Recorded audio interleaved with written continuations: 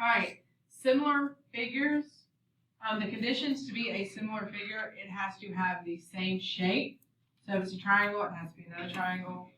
And so forth. It has to have corresponding sides that are proportional. What is proportional? Anybody know? Deshana. Not necessarily equal. You remember when we were talking about scale and scale factor? It has to go up. It has to be multiplied by a certain number.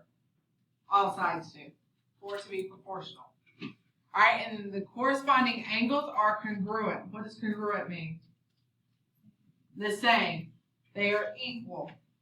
So when we were talking about how to be a unique triangle, you can't have angle, angle, angle, because if you do, you can have two different shapes of triangles or two different sizes.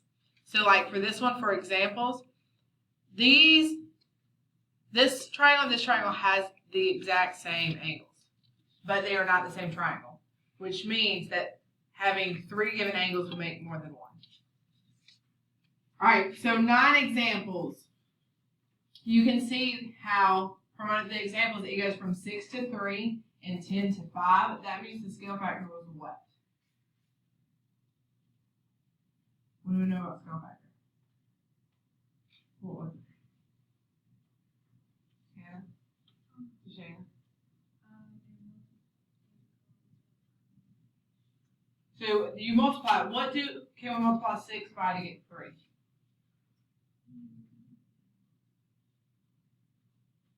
Three is what of 6? Half. So we would multiply 6 by 1/2 and get 3, and multiply 10 by 1/2 and get 5. But if you look at the 9 examples, it goes from 10 to 20. So that means it multiplied it by 2. From 6 to 12, it multiplied it by 2. And then 8 to 14. So those are not all proportional. So that is a non-example of a similar figure. All right, you ready to move on to the next one? No. Okay. All right, so for this shape, we need to determine if the figures below are similar. If so, find the missing angle. So right here, we have 3 to 12. So we have 3. And it went from 3 to 12. And then we have 4 to what? What did the 3 increase by? By multiplying it by what? What did the 4 increase by? 4. So now if we have 5 right here, what's the missing? 20, because we're going to multiply that by 4 as well. So 5 times 4 will give you 20. So this x will be 20. Are these similar figures? Yes. Because if all sides are proportional, that means the angles are going to stay the same as well. All right? Now let's try another one.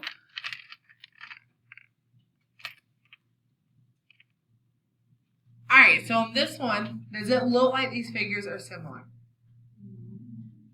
No, you're going to say no. Well, it goes from 6 feet to 10 feet. So it goes from 6 to 10. And then it goes from 8 to 12. What can we multiply 6 by to get to 10? Divide 10 by 6.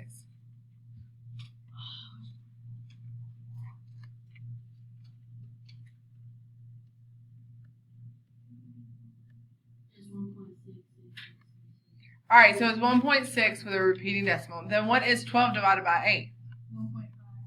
1.5. So are those proportional?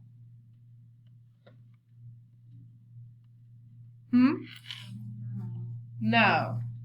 Another way you can find out is if you, how we set up proportions.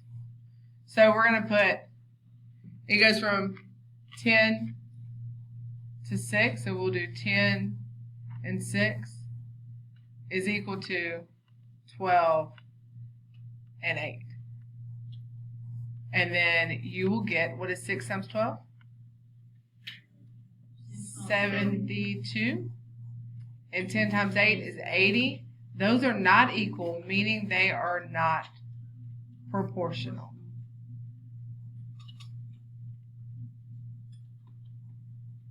All right. Here's another one. Go ahead and draw this one down. All right, right here we have two triangles. So you have one with measurements of 3, 5, and 4, and the other one with measurements of 6, 8, and 10. Do we think these are similar?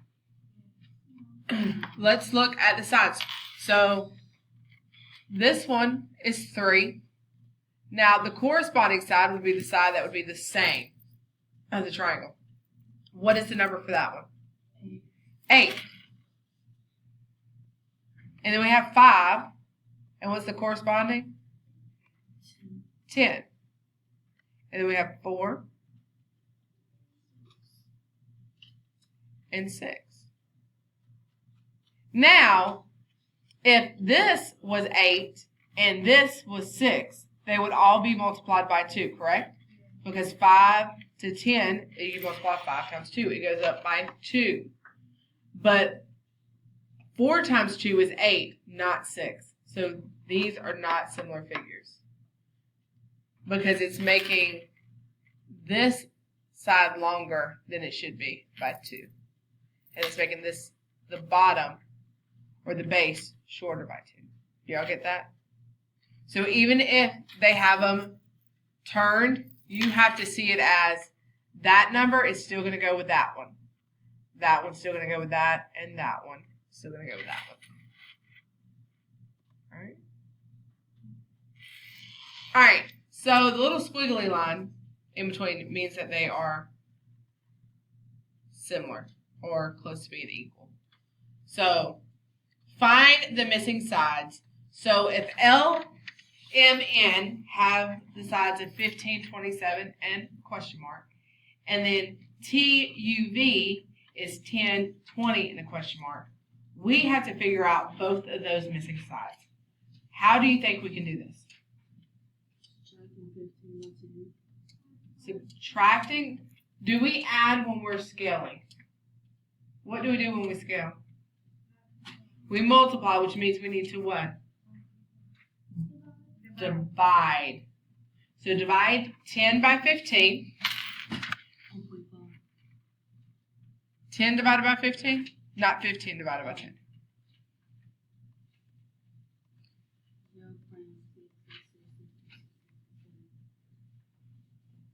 All right, and you said if we go from 10 to 15, it's 1.5. All right, let's go ahead and use this one then. And let's find that number. What is 20 times 1.5?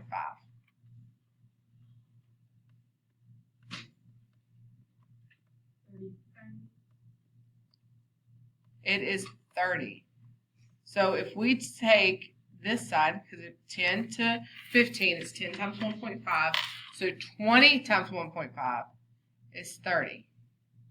Now, if we have 27, we need to find that question mark. So what do you think we should do? Divide. Divide by what? Yes. So what is 27 divided by 1.5?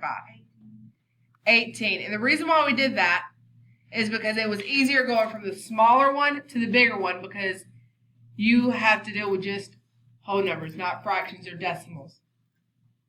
So if we go from 10 to 15 by 1.5 by multiplying, and 20 to 30 by multiplying 1.5, to get from 27 to the smaller one, we must divide by 1.5.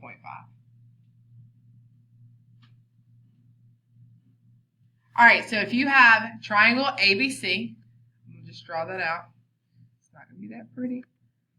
So let's just say this is A, B, and C. And then you have triangle EFG, and those are equal. So let's pretend those are equal. Whoa. So E, F, and G. And we know that angle A is 25, and we know that angle F is 100, we want to find angle C. Well, from our similar figures, we know that A and E are equal angles, right?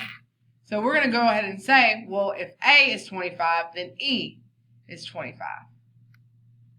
And then we know that F is 100. So now we just need to find C. So what do all angles in a triangle equal? 180. So we're just going to add 100 to the 25, so that gives us 125, and we're going to subtract that from 180, and what does that give us?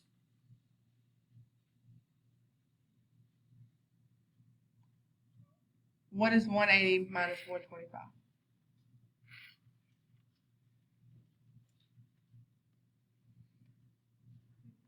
55. All right, so if triangle ABC is similar to triangle DEF, find the measures of the missing sides. So we're missing one from the larger triangle and we're missing one from the smaller triangle.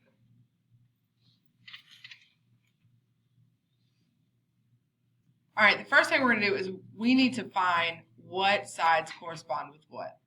So this side goes with this question mark. This side and this side match, and then the bases, which is 8 and 12.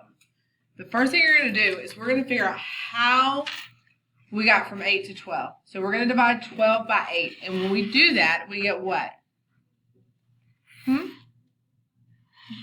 Is it 1.5? So then we know we then need to multiply 14 by 1.5. So 14 times 1.5 gives us what?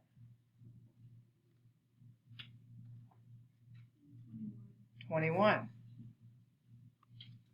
Now we're trying to go from smaller. So if we have 27, we don't want to multiply 27 by 1.5 because that's going to make it bigger. We need to divide 27 by 1.5. And what does that give us? 18.